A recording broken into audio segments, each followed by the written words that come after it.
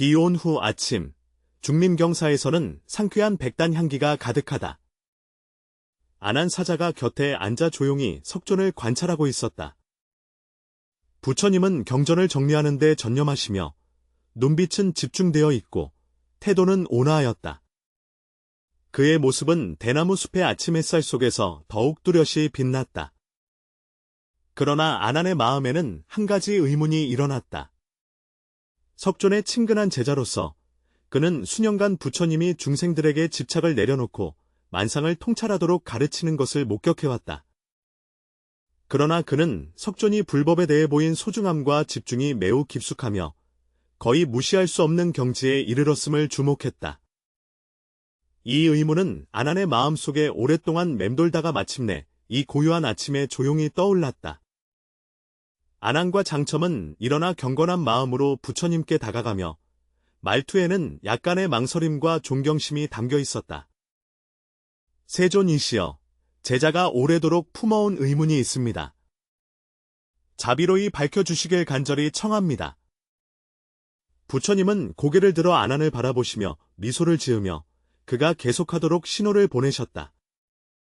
너는 나와 함께한 지 여러 해가 되었고 내가 설법하고 중생을 제도하는 모습을 목격하였으며 수행의 세세한 부분도 보아왔다. 나는 내 마음속의 의심을 잘 알고 있다. 말해보아라, 안한아. 안한은 깊게 숨을 들이쉬며 다소 머뭇거리듯 말했다. 세존이시여, 당신께서는 우리에게 일관되게 모든 법이 공이며 무아하고 무욕임을 가르치셨습니다. 집착을 내려놓고 명예와 이익, 감정, 재물, 심지어 생명의 존재에도 집착하지 말라고 하셨습니다. 그런데 제자가 주목한 것은 스스로는 불법을 이렇게 소중히 여기며 한 톨의 티끌도 묻히지 않게 하시고 읽을 때조차 한 글자 한 문장도 놓치지 않으려 하시니 이것이 집착하지 말라는 가르침과 어긋나는 것이 아닙니까? 안한은 머리를 숙이며 마음속이 더욱 혼란스러워졌다. 불법의 교인은 분명히 해탈의 길이지만 왜 부처님께서는 이 교회 자체의 깊은 진실됨을 나타내시는가? 이것이 어떤 면에서는 집착을 만드는 것이 아닌가? 그의 말투는 부드럽지만 의문과 진심이 가득했다. 부처님은 서둘러 대답하지 않고 깊은 눈길로 대나무 숲밖을 바라보며 산들바람이 불어와 대나무 잎이 사사삭 소리를 냈다. 잠시 후 부처님께서 부드럽게 말씀하셨다. 안한, 불법이 귀중한 것은 어떤 고정된 대상으로 인한 집착 때문이 아니라 내가 중생의 해탈에 깊은 연민을 품기 때문이네. 너는 여러 해 동안 나를 따르며 내가 중생을 위해 법을 설하는 여러 가지 상황을 목격했다. 당신이 어떤 사물에 대해 이렇게 집착하는 모습을 본 적이 있습니까? 안한은 잠시 생각에 잠겨 고개를 숙이며 말했습니다. 석존이시여, 저는 스승께서 금은보화나 풍성한 공양 또는 왕공귀족의 선물을 마주하실 때 항상 태연하시고 조금도 흔들리지 않는 모습을 보았습니다. 부처님은 부드럽게 고개를 끄덕이며 온화한 어조로 말씀하셨다. 네, 저는 이러한 세속적인 물질에 집착하지 않습니다. 그것들이 과연 나에게 무엇이겠는가? 다만 환상과 꿈과 같고 눈앞을 스치는 구름과 연기일 뿐이다. 한눈에 보아도 중생을 해탈로 이끌 수 없는 재물은 일시적인 만족과 허황된 즐거움만을 가져다 줄 뿐 근본적인 고통을 해결하지 못한다. 그는 잠시 멈추어 선체로 눈을 대나무 숲 너머로 향했고 마치 멀리서 어떤 진실을 본 듯했다. 그러나 불법은 다릅니다. 불법은 단순한 지식의 축적이 아니라 깨달음으로 가는 다리이며 중생의 마음을 밝히는 등불이다. 만약 불법이 없다면 중생은 끊임없이 윤회의 고통의 바다를 떠돌며 진정한 자성을 볼 수 없을 것이다. 이어 부처님께서 부드럽게 말씀하셨다. 안한아, 내가 너에게 한 이야기를 들려주겠다. 옛날에 한 상인이 보물로 가득 찬 배를 타고 바다를 건넜다.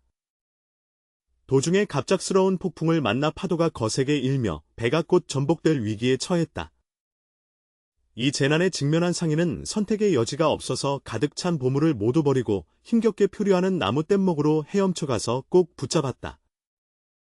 아난, 내가 말하기를 이 상인은 나룻배에 집착하는가? 아난은 혼자 증언하며 진지하게 생각한 후 대답하였다. 석종께서 말씀하시기를 이것은 집착이 아니니 그가 나룻배를 붙잡은 것은 생명을 보호하기 위함이다. 만약 그가 이렇게 하지 않는다면 그는 바다에 몸을 묻게 될 것이다. 부처님은 고개를 끄덕이며 저녁 노을 속에서 칭찬의 빛을 드러내셨다. 바로 그렇다. 법은 보물은 아니지만 위급한 순간에 그것은 그의 유일한 의지가 된다. 불법이 없으면 상인은 위험에서 벗어날 수 없다. 아나는 어느 정도 깨달음을 얻었으나 여전히 미처 풀리지 않은 부분이 있는 것처럼 어렴풋이 느꼈다. 부처님께서 계속 말씀하셨다. 다시 생각해보라. 만약 이 상인이 결국 무사히 반야에 도달한다면 그가 여전히 이 목선, 나무 뗏목을 짊어지고 이리저리 돌아다닐 것 같으냐? 아난이 조용히 웃으며 고개를 저으며 대답했다. 당연히 그렇지 않을 것이다. 나무 뗏목은 중요하지만 그 가치는 사람이 위험에서 벗어나는 데 있다. 일단 피 안에 도달하면 그것을 계속 짊어지는 것은 오히려 짐이 된다. 부처님은 살짝 미소 지으며 뜻깊은 말투로 말씀하셨다. 맞습니다. 그러나 만약 이 나무 뗏목이 단지 자신만을 구하는 것이 아니라 폭풍에 휩쓸린 수많은 다른 사람들도 구할 수 있다면 어떨까요? 아난, 이때 그를 함부로 버려도 되는. 이 말은 마치 가벼운 천둥과 같아 아난은 순식간에 무슨 의미인지 이해했다. 그는 머리를 들어 눈빛이 약간 흥분으로 반짝이며 갑자기 깨달았다. 부처님의 법은 마치 나무 뗏목과 같아서 그 목적은 집착하게 하는 것이 아니라 중생을 저쪽 강가로 건네주는 데 있다는 것을. 만약 그것이 더 많은 사람을 구할 수 있다면 우리는 어찌 그것을 경시하거나 함부로 버릴 수 있겠는가? 부처님의 자애로운 미소와 차분하면서도 단호한 어조가 바로 그것이다. 불법은 사람들이 집착하는 대상이 아니라 중생을 고통의 바다에서 건져내는 법선이다.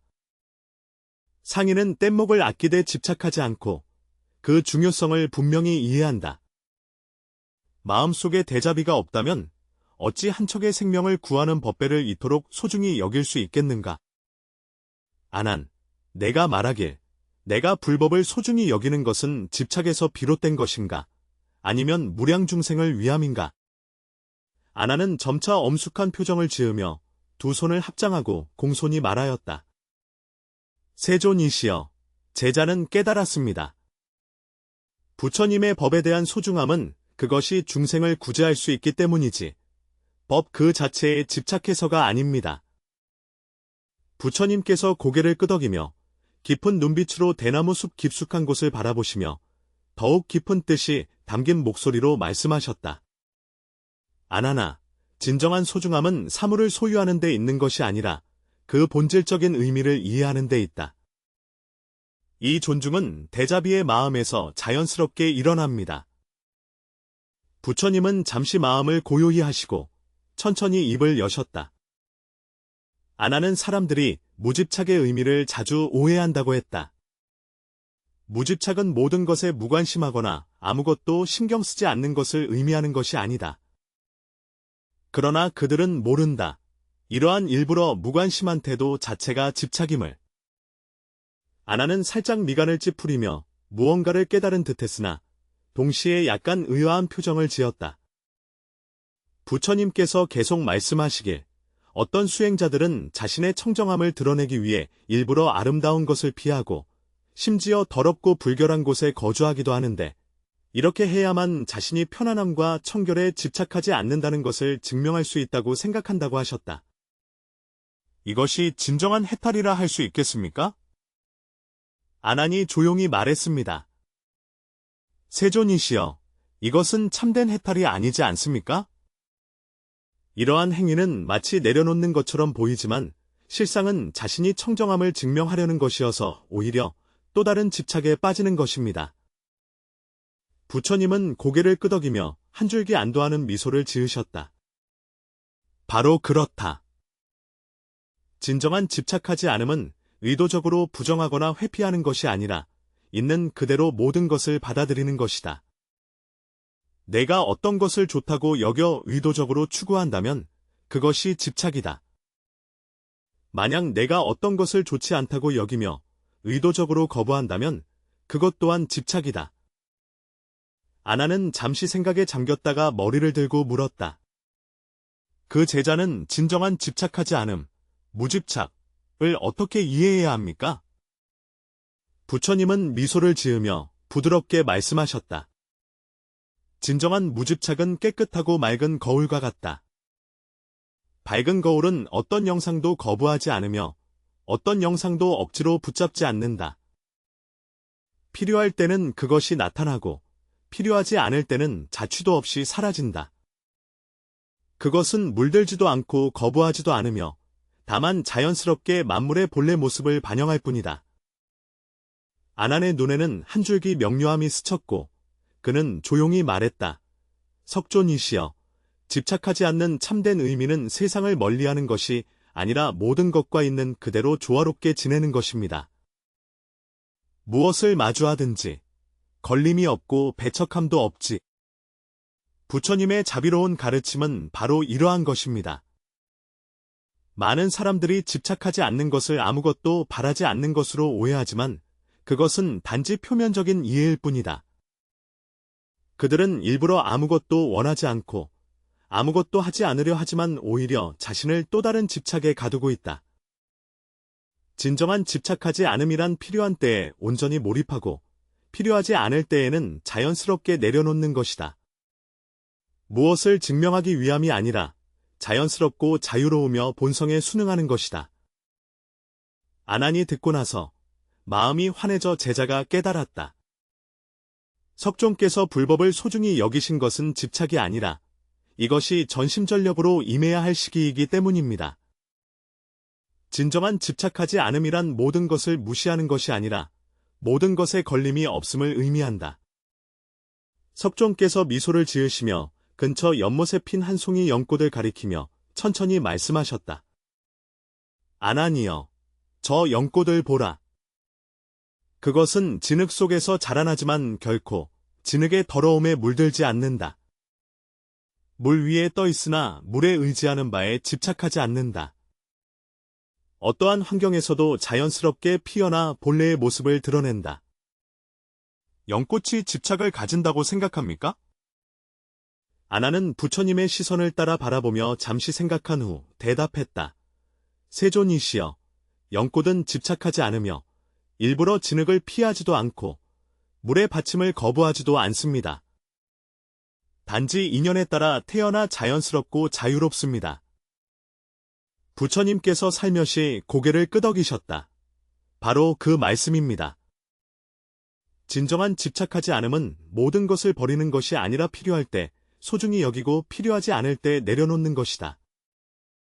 이 연꽃과 같아서 진흙 속에 뿌리를 내려야만 자랄 수 있으니 그대로 받아들이고 물 위에 피었을 때도 그 물을 일부러 그리워하지 않는다. 소중히 여기고 내려놓는 것은 모순되지 않으며 오히려 균형 잡힌 지혜이다. 아나는 고개를 숙이고 잠잠히 부처님의 말씀을 곰곰이 음미하였다. 부처님께서 계속 말씀하셨다. 많은 사람들이 내려놓음을 완전히 버리는 것으로 아무것도 필요 없다고 생각하지만 그들은 알지 못한다. 진정한 내려놓음은 버리는 것이 아니라 초월하는 것이다. 만약 내가 집착하지 않음의 증명을 위해 일부러 버린다면 너는 집착에 빠지게 된다. 그러나 필요할 때 소중히 여긴다면 마치 연꽃처럼 진흙 속에 있어도 스스로 청정함을 드러낸다. 아난의 눈에 점차 깨달음이 비추었다. 세존이시여, 제자는 알겠습니다. 소중히 여김은 집착이 아니며 놓아버림도 도피가 아닙니다. 진정한 지혜란 세상에서 행할 때 그 의미를 소중히 여기면서도 그에 얽매이지 않는 것이다. 부처님은 미소를 지으셨고 그 미소 속에는 깊은 평온이 드러나 있었다. 이것이 중도의 지혜이다. 세상을 부정하지도 않고 거기에 빠져들지도 않으며 소중할 때는 온전히 몰두하고 놓아야 할 때는 미련을 남기지 않는다. 이 지혜는 사물의 본질에 대한 명확한 이해와 내면의 자유로운 통제에서 비롯된다. 아나는 두 손을 합장하고 깊이 절하며 소리에는 공경과 감사가 담겨 있었다. 석존이시여, 제자께서 마침내 깨달았습니다. 진정한 소중함과 내려놓음은 모두 인연에 의한 것이므로 억지로 구할 필요도, 거부할 필요도 없습니다.